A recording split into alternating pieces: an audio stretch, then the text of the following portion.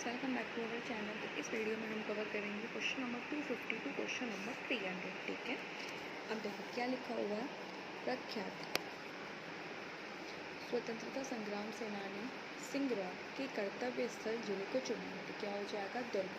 प्रसिद्ध स्वतंत्रता संग्राम सेनानी रघुनंदन सिंगरौर दुर्ग जिले से संबंधित थे। इन्होंने 1942 में दुर्ग की कचहरी में आगजनी की घटना को अंजाम दिया था। छत्तीसगढ़ का प्रथम श्रमिक आंदोलन कहाँ पर हुआ? तो कहाँ हुआ? राजनांदगांव में हुआ। छत्तीसगढ़ का प्रथम श्रमिक आंदोलन 1920 में राजनांदगांव के बीएनसी मिल में हुआ था। 36 दिनों तक चलने वाला इस आंदोलन का नेतृत्व ठाकुर प्यारेलाल सिंह द्वारा किया गया था। उस समय प्रसिद्ध नेता वी गिरी का छत्तीसगढ़ आगमन हुआ था। बिलासपुर के स्वतंत्रता संग्राम सेनानी नहीं थे, ठाकुर छेदीलाल थे, यदुनंदन प्रसाद श्रीवास्तव भी थे, श्री चिंतामणि उत्तलवार भी थे, श्री राजकिशोर वर्मा भी थे। अमरनाथ तिवारी ये नहीं थे। बैरिस्टर छेदीलाल, यदुनंदन प्रसाद श्रीवास्तव, चिंतामणि उत्तलवार, राजकिशोर वर्मा बिलासपुर, जबकि अमरनाथ तिवारी बिलासपुर से नहीं थे। बिलासपुर में वानर सेना के संस्थापक कौन थे? तो वासुदेव देवरस थे। सविनय अवज्ञा आंदोलन के दौरान बिलासपुर में वासुदेव देवरस के द्वारा वानर सेना का गठन किया था, जबकि रायपुर में यतियतन लाल ने वानर सेना का संचालन किया व बलीराम दुबे आज़ाद द्वारा इसका नेतृत्व किया था।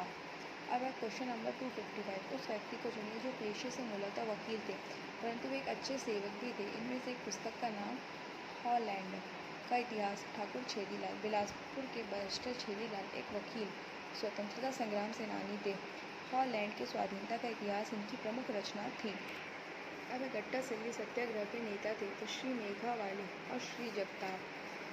जून 1930 में हुए गट्टा सिल्ली सत्याग्रह का नेतृत्व नारायणराव मेघावाली, नथुजी जगताप व बाबू छोटेलाल श्रीवास्तव द्वारा किया गया था। अंग्रेजों के शोषण वन कानून के विरोध में यह सत्याग्रह किया गया था। सूरत कांग्रेस 1907 में छत्तीसगढ़ का प्रतिनिधित्व किसने किया था? तो पंडित सुंदरलाल शर्मा ने किया था। 1907 में सूरत शहर में आयोजित कांग्रेस के वार्षिक अधिवेशन में पंडित सुंदरलाल शर्मा ने छत्तीसगढ़ का प्रतिनिधित्व किया था। सुंदरलाल ने हस्तलिखित जेल पत्रिका कितने पृष्ठों में लिखी थी? तो 18।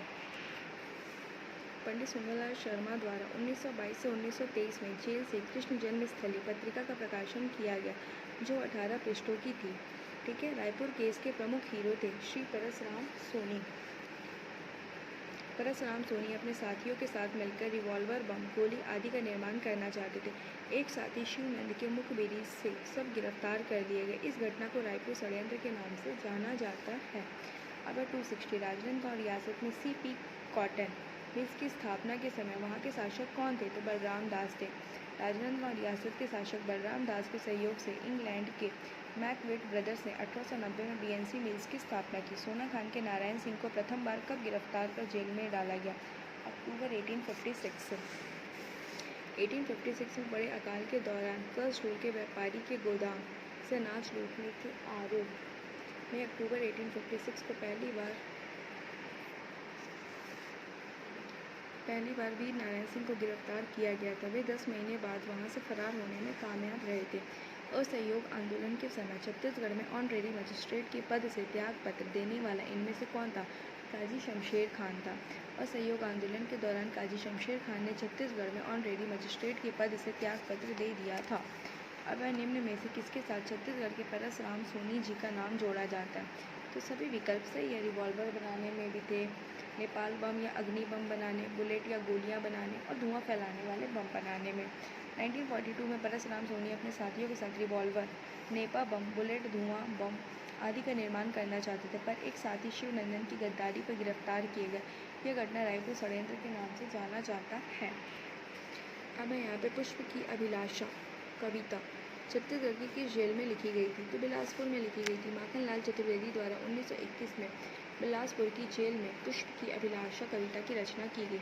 प्रख्यात स्वतंत्रता संग्राम सेनानी सुंदरलाल शर्मा के पिता का क्या नाम था? तो जियालाल त्रिपाठी। 1881 में राजिम के निकट चमसूर में पैदा हुए पंडित सुंदरलाल शर्मा के पिता का नाम श्री जियालाल त्रिपाठी था। Mantora by, मुटकी by, कुटेनिया by, केजा by को उनके स्वतंत्रता आंदोलन की किस कार्य हेतु जेल में रखा गया? विदेशी सामान की बिक्री के दौरान धरना। सविनय अवज्ञा आंदोलन के दौरान विदेशी सामान बिक्री के विरोध में धरना देने के कारण मंटोरा बाई राधाबाई, फुटकीबाई आदि को गिरफ्तार किया गया। स्वतंत्रता संघर्ष के दौरान राष्ट्रीय विद्यालय की स्थापना किसने की थी? तो सभी विकल्प सही है। ठाकुर प्यारेलाल, डॉक्टर बलदेव प्रसाद मिश्रा, ठाकुर पन्नालाल सिंह, बंसीलाल। अब असहयोग आंदोलन के दौरान राजनांदगांव के डॉक्टर बलदेव प्रसाद मिश्र, पदुमलाल, पुन्नालाल बख्शी एवं बंसीलाल के सहयोग से राष्ट्रीय विद्यालय खोला गया। इसमें ठाकुर प्यारेलाल सिंह की भूमिका थी। वर्ष 1920 में राजनांदगांव में 37 दिनों तक एक मिल में हड़ताल हुई। इसका नेतृत्व किसने किया? तो इसमें से कोई भी नहीं किए। 1920 में राजनांदगांव में बीएनसी मिल के लगभग 36 दिनों तक चलने वाली हड़ताल का नेतृत्व ठाकुर प्यारेलाल सिंह द्वारा किया गया। अब यह कहा जाता है छत्तीसगढ़ में पाए गए पुरातत्व सिक्के ईसा पूर्व दूसरी सदी से संबंधित है। इन मूल्यवान सिक्कों का क्या नाम है? तो क्या नाम है इनका? आहत मुद्रा या फिर पंचमार्क मुद्रा। छत्तीसगढ़ से ईसा पूर्व दूसरी सदी में पंचमार्क सिक्के मिले हैं।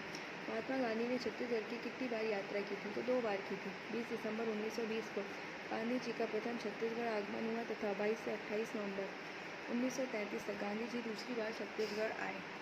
छत्तीसगढ़ मित्र छत्तीसगढ़ का प्रकाशित होने वाला पहला अखबार जो कि सन 1900 में प्रकाशित हुआ था। इसे किसान प्रारंभ किया था तो माधवराव सप्रे और पंडित राम राव चिंचोलकर दोनों ने।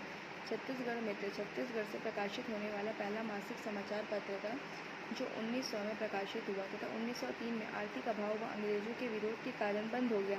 दूसरे प्रकाशक पंडित माधवराव सप्रे व रामराव चिंचोलकर थे। अगर पूर्व काल में पंडरिया स्टेट का नाम क्या था? तो मुक्तापुर प्रतापगढ़। पंडरिया जमींदारी का पूर्व नाम मुक्तापुर प्रतापगढ़ था। क्वेश्चन 273 अखिल भारतीय कांग्रेस कमेटी की बैठक से बम्बई से लौटते हुए छत्तीसगढ़ के कांग्रेस नेता 9 अगस्त 1942 को निम्नलिखित में से किस स्थान पर गिरफ्तार हुए? तो मलकापुर। भारत छोड़ो आंदोलन के दौरान 9 अगस्त 1942 को बम्बई अधिवेशन से वापस आने के दौरान छत्तीसगढ़ के प्रमुख नेताओं को मध्य प्रांत व मुंबई की सीमा पर स्थित मलकानपुर नाम स्थान पर गिरफ्तार किया गया। निम्न में से कौन सा कथन सही है? तो यहाँ पे तीनों ऑप्शन सही है। 20 दिसंबर 1920 को महात्मा गांधी का छत्तीसगढ़ से रायपुर आगमन हुआ। 21 दिसंबर को वे धमतरी पहुंचे और वहां एक जनसभा को संबोधित किया। रायपुर में उन्होंने आनंद समाज वाचनालय में महिलाओं की सभा को संबोधित किया। अब देखेंगे कंडेल नगर नहर सत्याग्रह में भाग लेने हेतु आमंत्रित किए जाने पर गांधी जी का प्रथम छत्तीसगढ़ आगमन हुआ। वे 20 दिसंबर 1920 को पहुंचे। 21 दिसंबर को कंडेल के सत्याग्रहियों को संबोधित किया तथा वापस रायपुर पहुंचकर आनंद समाज वाचनालय में महिलाओं को संबोधित किया। 275 छत्तीसगढ़ की राजस्व व्यवस्था में सुधार हेतु मेजर एगेन्यू ने निम्न में से किन कर्मचारियों को नियुक्त किया था? तो फर्स्ट बरार पांडे को, पोतदार को और अमीन को। ठीक है। मेजर एगेन्यू ने अधीक्षक बनने के बाद मराठा कालीन व्यवस्था के पटेल पद को समाप्त किया तथा अमीन व पंड्या नामक 2 पद बनाए। शेष अधिकारी पद पूर्ववर्ती थे। निम्नलिखित में से कौन सा कथन सही है? तो फर्स्ट वाला स्टेटमेंट सही है। भारतीय राष्ट्रीय कांग्रेस का 1891 का नागपुर अधिवेशन छत्तीसगढ़ में राजनीतिक चेतना के विकास का एक कारक था। अब यहाँ व्याख्या देखेंगे। 1891 में पी आनंद चालू की अध्यक्षता में नागपुर में आयोजित कांग्रेस के वार्षिक अधिवेशन में छत्तीसगढ़ क्षेत्र में माधवराव सप्रे, वामन राव लाखे, सीएम ठक्कर, रामगोपाल तिवारी आदि शामिल हुए थे। 277 क्या लिखा? ब्रिटिश काल में छत्तीसगढ़ में विकास के चरण और ये इनका वर्ष।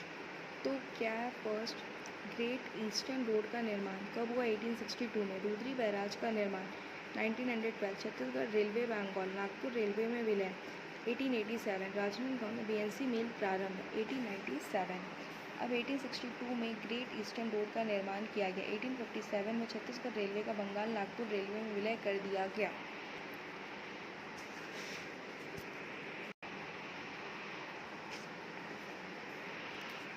अब यहाँ पर मैचिंग है। छत्तीसगढ़ मित्र पेंड्रा, बुद्धि प्रकाश सभा बिलासपुर, सरस्वती पुस्तकालय राजनांदगांव, आनंद समाज पुस्तकालय रायपुर। व्याख्या छत्तीसगढ़ मित्र का प्रकाशन 1900 में माधवराव सप्रे द्वारा पेंड्रा से किया गया। सरस्वती पुस्तकालय की स्थापना 1909 में ठाकुर प्यारेलाल सिंह द्वारा राजनांदगांव में किया गया। आनंद समाज वाचनालय रायपुर में बुद्धि प्रकाश सभा का गठन बिलासपुर में किया गया। अब यह कौन सा कथन सही है? तो यहाँ पे फर्स्ट और सेकंड ऑप्शन सही है। छत्तीसगढ़ को 1862 में मध्य प्रांत का संभाग बनाया गया। करेक्ट है। छत्तीसगढ़ में प्रत्येक जिले में डिप्टी कमिश्नर नियुक्त किए गए। ये भी सही। 1861 में नागपुर तथा उसके अंतर्गत आने वाली क्षेत्रों को मिलाकर मध्य प्रांत का गठन किया गया।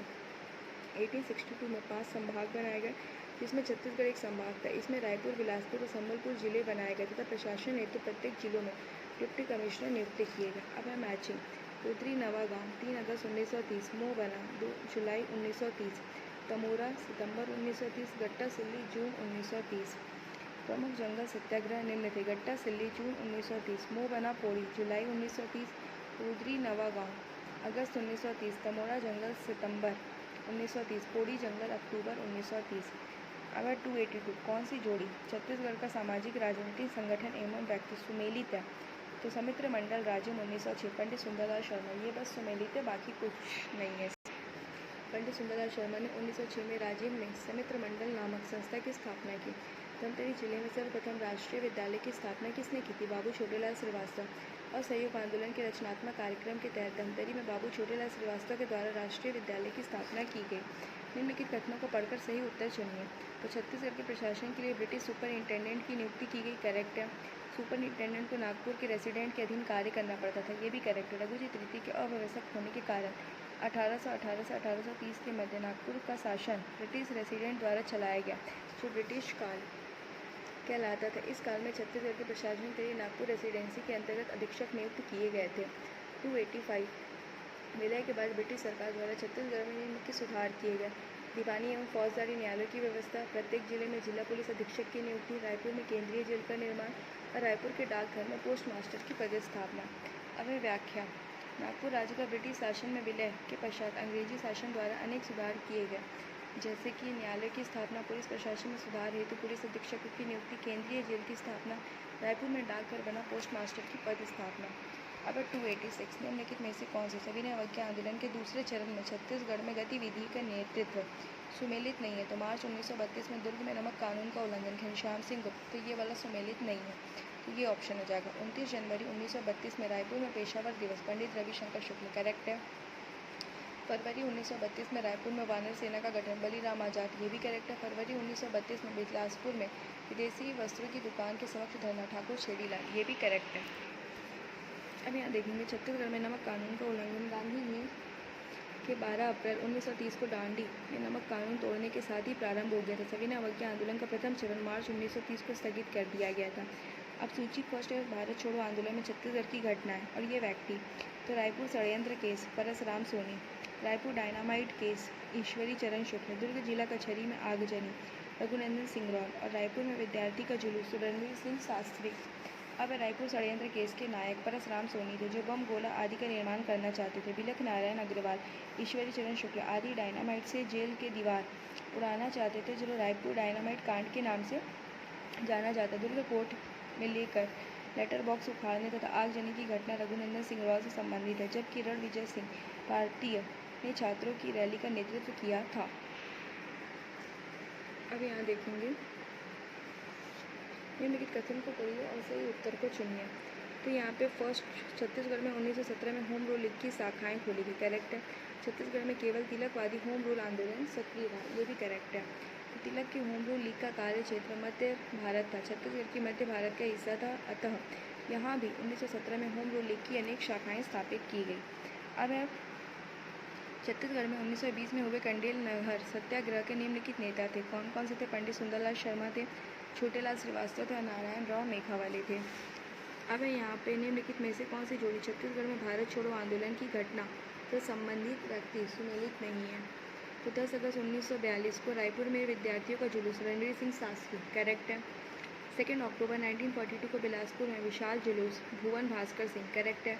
21 अगस्त 1942 को दुर्ग जिला कचहरी में आगजनी, रघुनंदन सिंगरौल, ये भी करेक्ट है। 9 सितंबर 1942 को नागपुर हाईकोर्ट भवन पर तिरंगा फहराना, ठाकुर रामकृष्ण सिंह, ये भी करेक्ट है। लेकिन अक्टूबर 1942 में रायपुर सेंट्रल जेल का डायनामाइट से उड़ाने का प्रयास, परसराम सोनी, ये गलत है। 1942 में बिलख नारायण अग्रवाल एवं उनके साथियों के द्वारा रायपुर की केंद्रीय जेल की दीवार को उड़ाने तथा उसमें बंद राजनीतिक कैदियों को छुड़ाने का प्रयास किया। इसे रायपुर डायनामाइट कांड के नाम से जाना जाता है। अब कथन को पढ़िए। तो 29 जुलाई 1938 को पंडित रविशंकर शुक्ल ने मध्य प्रांत के द्वितीय कांग्रेस मंत्रिमंडल का गठन किया, करेक्ट है। 8 नवंबर 1939 को मंत्रिमंडल ने त्यागपत्र दे दिए, ये भी करेक्ट है। सेकंड वाला गलत है बस। अब निम्नलिखित में से किस वर्ष में छत्तीसगढ़ मध्य प्रांत एक संभाग बना? तो 1862 में बना। प्रशासनिक सुविधा के दृष्टिकोण से नागपुर राज्य व उसके अंतर्गत शामिल क्षेत्रों को मिलाकर 1861 में मध्य प्रांत का गठन किया गया तथा 1862 में छत्तीसगढ़ को संभाग का दर्जा दिया गया। इसके अंतर्गत रायपुर, बिलासपुर तथा संबलपुर 3 जिले बनाए गए। अब यहाँ पे देखेंगे कौन सा सही है। तो 9 अगस्त 1942 को रायपुर में कांग्रेस जनों ने जुलूस निकाला जिसमें अंग्रेजों भारत छोड़ो के नारे लगाए। करेक्ट है। रायपुर के एक युवक रामकृष्ण सिंह ठाकुर ने नागपुर के हाई कोर्ट भवन पर तिरंगा लहराया, ये भी करेक्ट है।